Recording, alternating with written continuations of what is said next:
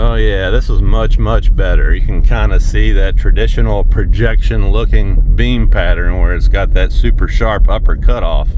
But yeah, these headlights look a lot better now. Still not as nice as having LEDs, but you know what? This is good enough that it'll last me through winter. And you know, being halogen, there are some advantages. You know, for one thing, when we get some ice and snow on the front of the Jeep, you know, the halogens produce enough heat to kind of melt that off.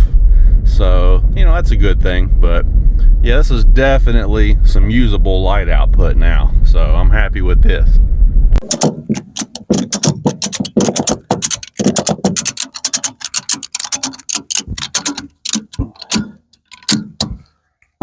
That ain't going anywhere. What's going on, guys? So usually I always do my own work on my Jeeps, my cars, my trucks, whatever.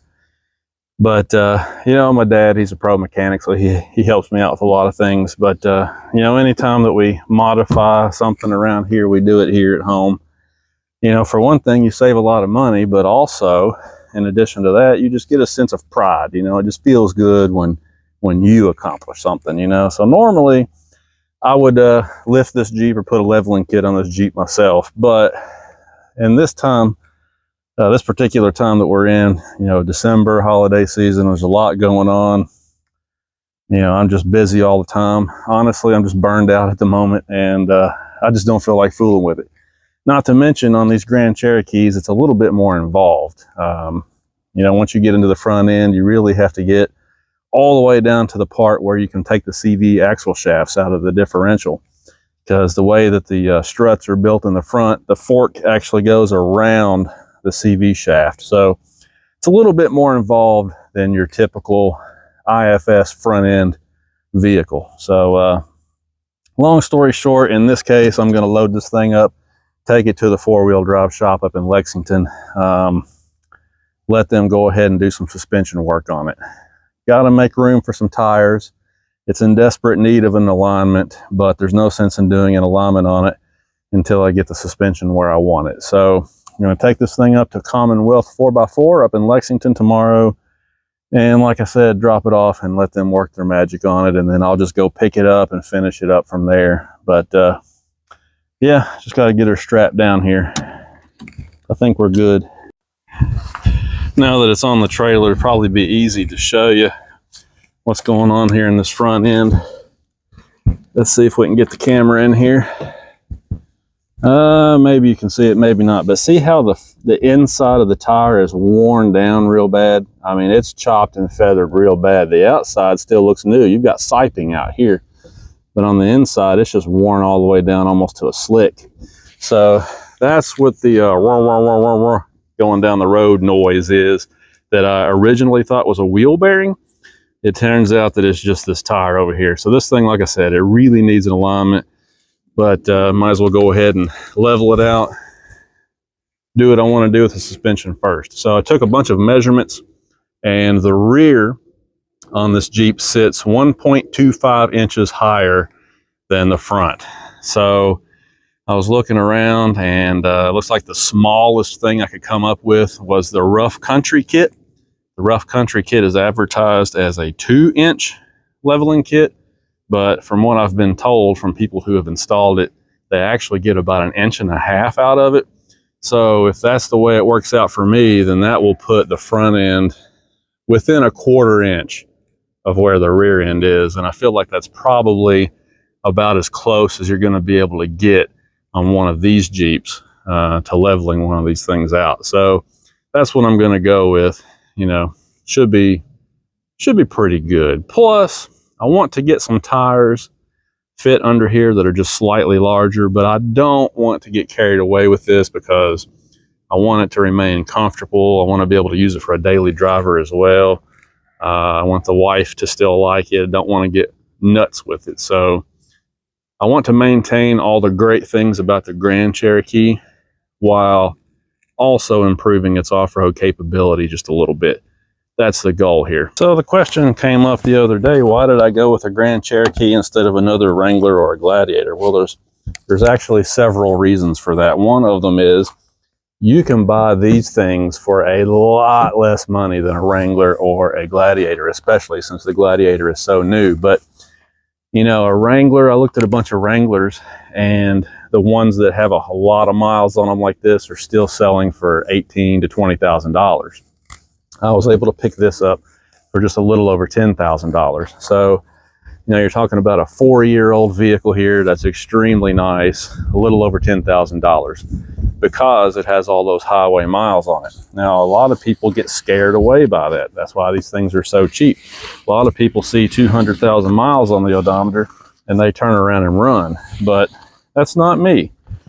You know, I've learned a lot of things over the years from my dad about how to work on stuff, how to fix things, you know, what the reality is, which is that these days modern engines and transmissions can go well beyond 200,000 miles. And anyway, so I see a Jeep like this sitting on the lot for, you know, say 11,000 bucks or whatever, and it gets my attention. It's exactly what I'm looking for, because I can buy it really cheap and fix it up a little bit, make it what I want it to be, which is what I'm doing with this, and have a really nice vehicle to drive every day and take off road and play with, do what I want to do with it without spending a whole bunch of money. You know, I've got the rough country tow hook kit on here now that I spent less than 100 bucks on, put them on myself. I serviced this thing front to back, differentials, transfer case, transmission with a new filter, all the service for about 350 bucks. If you went to a dealership, they would charge you, there's no telling, $1,500, $2,000 probably. And I did it for $350 myself. Kind of went through and checked everything else out, fixed the fuel door myself, you know, just kind of got it where it needs to be. I've spent very little money on this thing so far. The rough country leveling kit that I bought was 59 bucks. I'm going to pay them a couple hours of labor to put it on for me, but you know, in the long run, this cheap Jeep project is doing great. Anyway, back to the story. So the Wranglers are really expensive. I've had every Grand Cherokee generation except the WK. I had a ZJ, which I loved, still one of my favorites. The original Grand Cherokee. I had a WJ. Skipped the WK because I can't stand them. I think they're hideous looking. They're ugly. That was during that Daimler Chrysler time when they were making everything with bug-eyed headlights and just lots of weird edges in the design. They were just ugly. I hate the WKs. So I skipped those, and now got this WK2. So I've had every generation of the Grand Cherokee now, except the WK. As far as Wranglers go, I've had a YJ, the very first Wrangler. Skipped the TJ, although my dad had one. Some JKs, JLs. So, you know, like I said before, the Wranglers and the Grand Cherokees are the two Jeeps that I really care about and like. Mainly because they have the traditional layout, you know, with a rear wheel drive, a real transfer case, built rugged, that kind of thing. So, you know, I've had both over the years, Wranglers and Grand Cherokees. And this time I just thought, you know, I can get this really cheap. I can build this to do what I want to do. It's a really nice vehicle. When you drive this thing every day, it is so much nicer than a Wrangler, to be honest.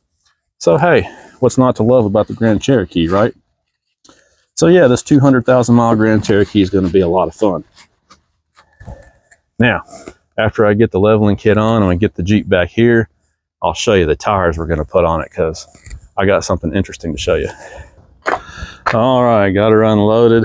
Just dropped the old girl off here at Commonwealth 4x4 on the southeast side of Lexington. They're going to get her all fixed up. All right, I'm all loaded up. She looks so much better thanks to Commonwealth 4x4. These guys are awesome. I will probably be back. Let's head to the house. Before we run out of daylight here, let's take a look at it. So visually, it looks pretty daggone level right now. And I just took some measurements, and I've got from the center of the hub to the bottom lip of the fender flare, I've got 20 inches in the front and in the back. So even though the rough country kit is advertised as a 2-inch kit, I did not get a full 2 inches out of the front end of it. It actually ended up being perfect. Awesome. So now all we need now, tires. And it just so happens that the FedEx truck showed up today. Spoiler alert, In the next video, I'm going to tell you all about these tires and why this is going to be a really interesting experiment. Thanks for watching, guys. We'll talk to you later.